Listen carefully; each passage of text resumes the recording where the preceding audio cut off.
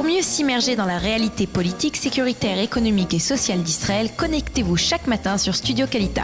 Daniel Haïk vous y attend pour sa revue de la presse. Voilà, effectivement, c'est l'heure de la revue de la presse et des médias et des sites d'information israéliens. Et il faut bien avouer ce matin que la revue de la presse, lorsqu'on la prépare tôt dans la matinée, tôt dans le matin, eh bien, elle fournit des titres qui ne sont pas obligatoirement déjà réactualisés un petit peu plus tard. Et effectivement, ce matin, l'information majeure, eh bien, c'est l'arrivée de Jason Greenblatt en Israël, Jason Greenblatt qui doit arriver ce matin en Israël pour tenter à nouveau de relancer le processus de paix. L'information, c'est également la réunion hier soir dans la nuit du cabinet restreint pour la sécurité nationale, au cours de laquelle le Premier ministre Benjamin Netanyahou a indiqué aux ministres, aux membres du cabinet, qu'il y aurait des développements dans le processus de paix, que le président américain Donald Trump serait particulièrement intéressé à relancer le processus de paix.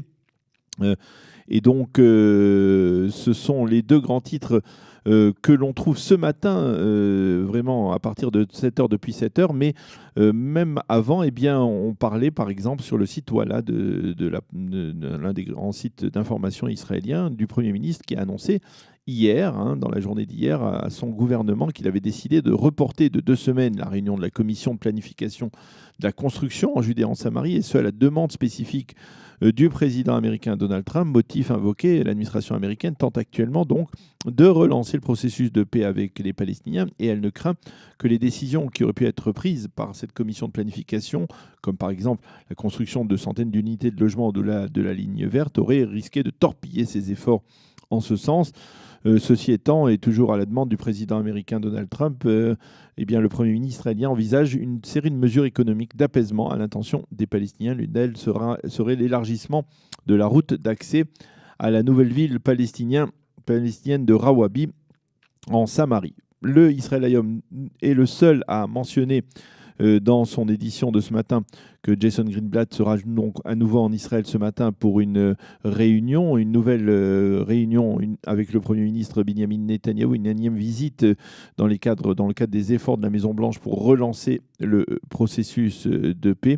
Et puis, il faut souligner, comme je vous le disais tout à l'heure en titre, que du côté israélien, eh bien, on essaye de vérifier, tant du côté israélien que du côté égyptien et du côté américain, on essaye de vérifier si cette relance du processus de paix est possible, dans la mesure où la réconciliation palestinienne entre le Hamas et le Fatah devrait se concrétiser ou non. C'est une information qui est donc fournie ce matin par le Israël Hayom. Sachez également que la radio israélienne a révélé que le cabinet restreint pour la sécurité nationale a permis au Premier ministre de tenir au courant les membres du cabinet des résultats de son périple qu'il a conduit en Amérique latine, puis à New York, et des rencontres qu'il a eues donc durant ce séjour avec de nombreux chefs d'État et de gouvernement.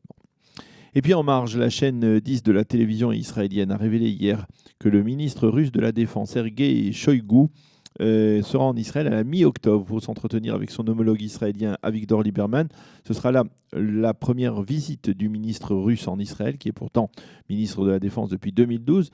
Mais Shoigu et Lieberman ont déjà eu l'occasion de se rencontrer à plusieurs reprises à l'étranger. À l'ordre du jour de ces discussions, la poursuite de la coopération sécuritaire entre la Russie et Israël en Syrie, en particulier dans le ciel syrien, l'installation d'une base militaire iranienne sur le sol syrien et les tentatives iraniennes que l'on connaît de fournir des missiles sophistiqués au Hezbollah. Il convient de rappeler que lors de sa dernière rencontre avec le président russe Vladimir Poutine, Benjamin Netanyahou avait mis en garde les Russes et avait affirmé qu'Israël ne pourrait pas laisser s'installer une situation dans laquelle l'Iran menace la frontière nord de l'État hébreu. Les élections en Allemagne sont à la une des quotidiens et des sites d'information ce matin. Tous les médias israéliens saluent d'abord la nouvelle victoire, certes moins nette que les précédentes, d'Angela Merkel, un 4e mandat pour la chancelière allemande, mais ils s'inquiètent également, comme de nombreux Allemands, du succès du parti d'extrême droite, une alternative pour l'Allemagne, qui est devenue hier la troisième formation politique du pays et qui a obtenu 13% des suffrages. La radio israélienne se fait l'écho de la déclaration commune de plusieurs dizaines de rabbins des communautés juives allemandes qui saluent donc la victoire d'Angela Merkel et soulignent son soutien indéfectible à la communauté juive allemande et à l'État d'Israël. Mais ces rabbins s'inquiètent eux aussi de la poussée de ce qu'ils appellent les néo-nazis en col blanc qui vont pour la première fois depuis la fin de la Shoah faire leur entrée au Bundestag. Le Israël Hayom lui cite en manchette des leaders de la communauté juive qui promettent de lutter contre les dirigeants du parti d'extrême droite et de révéler au monde son véritable visage. Toutefois, dans un éditorial dans le Israël Hayom, le journaliste Eldad Beck, qui est un spécialiste de l'Allemagne, précise tout d'abord que l'Alternative pour l'Allemagne n'est pas un parti néo-nazi, comme certains le prétendent. Ce n'est même pas un parti fasciste ou antisémite. C'est, écrit-il ce matin, un parti ultranationaliste qui a réussi à rassembler la colère des Allemands qui en ont assez de voir les vagues de migrants déferler chez eux. Le Haaretz consacre lui sa manchette à cette victoire en demi-teinte de Angela Merkel et souligne donc que le parti nationaliste allemand a obtenu 13% des suffrages. Au passage, le journal cite l'un des leaders de ce mouvement qui a récemment déclaré qu'il fallait, je cite, rendre hommage aux soldats allemands de la Seconde Guerre mondiale. Quant à Eli Kuchstein, dans le site NRG de ce matin, il estime que la chancelière tentera de se définir comme une anti-Donald Trump et tentera également de promouvoir des valeurs libérales et d'empêcher un conflit avec la Corée du Nord. Nous en parlions avec Eliana Gurfinkel il y a quelques instants. Sachez que le Israël Hayom rappelle que c'est aujourd'hui, il y a 20 ans, très précisément, jour pour jour, que Khaled Mashal, l'un des chefs de file du Hamas, a failli mourir assassiné par des agents du Mossad israélien à Amman. Et d'une certaine manière, on peut dire que c'est ce jour-là même qu'il a ressuscité, entre guillemets, grâce à ces mêmes agents du Mossad. Et le journal de rappeler qu'un commando du Mossad avait réussi à empoisonner de manière très sophistiquée Khaled Mashal, mais très vite ce commando du Mossad s'était fait capturer par la police jordanienne à Amman et en échange de sa libération, le roi Hussein avait exigé qu'Israël fournisse l'antidote capable de sauver Mashal, ce qui fut fait quelques heures plus tard, avant même donc que Mashal ne succombe à cet empoisonnement, une affaire qui avait, on peut le dire, empoisonné les relations israélo-jordaniennes donc durant cette année 1997. C'était à l'époque Binyamin Netanyahou qui était déjà Premier ministre. Les sites d'information orthodoxes qui parlent du tremblement de terre au Mexique évoquent la découverte durant la fête du corps du Rav Chaim Ashkenazi, qui était le compère du grand rabbin du Mexique, le rabbin Shlomo Tawil. Son corps a été retrouvé par une équipe de Zaka du Mexique. Le grand rabbin d'Israël, David Lowe, a téléphoné au Rav Tawil pour lui présenter ses condoléances après le décès de son proche.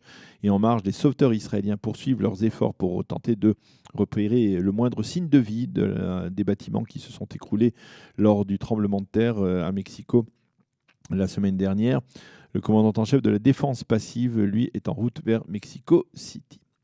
Les suppléments économiques des journaux et des pages économiques et financières des sites d'information annoncent que Sherry Harrison, la femme la plus riche d'Israël, a décidé de vendre 49% des actions qu'elle possède dans la banque Hapoalim, la plus importante banque d'Israël.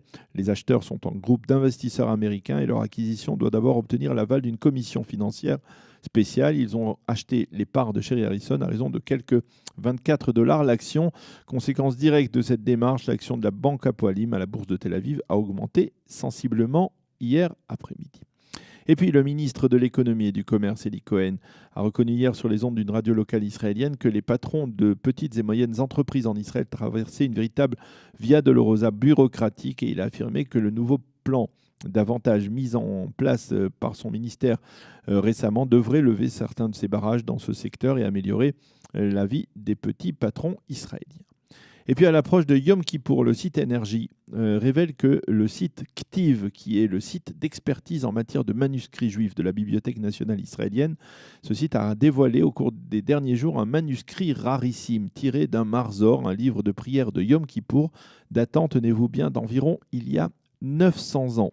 Et cette page prouve de manière évidente qu'il y a près d'un millénaire, eh bien, le peuple juif récitait à Kippour précisément les mêmes prières que de nos jours. Et cela, il faut l'avouer, est particulièrement impressionnant. Ce manuscrit a été découvert à l'origine dans la Guéniza du Caire, une Guéniza célèbre dans laquelle, on le sait, avaient été conservés des dizaines de milliers de documents, dont des livres hébraïques rarissimes. Apparemment, ce manuscrit appartenait à un marzor de Yom Kippour, rédigé par un certain Hillel ben Eli, qui vivait à Bagdad entre le milieu du XIe siècle et le début du XIIe siècle, et qui ensuite s'était déplacé au Caire. Voilà, c'est la fin de cette revue de la presse et des médias israéliens de ce matin. Je vous retrouve dans quelques instants pour dialoguer avec notre invitée, Anne-Lise Katchi, qui est journaliste et qui nous parlera des résultats justement des élections législatives en Allemagne. Pour mieux s'immerger dans la réalité politique, sécuritaire, économique et sociale d'Israël, connectez-vous chaque matin sur Studio Kalita. Daniel Haïk vous y attend pour sa revue de la presse.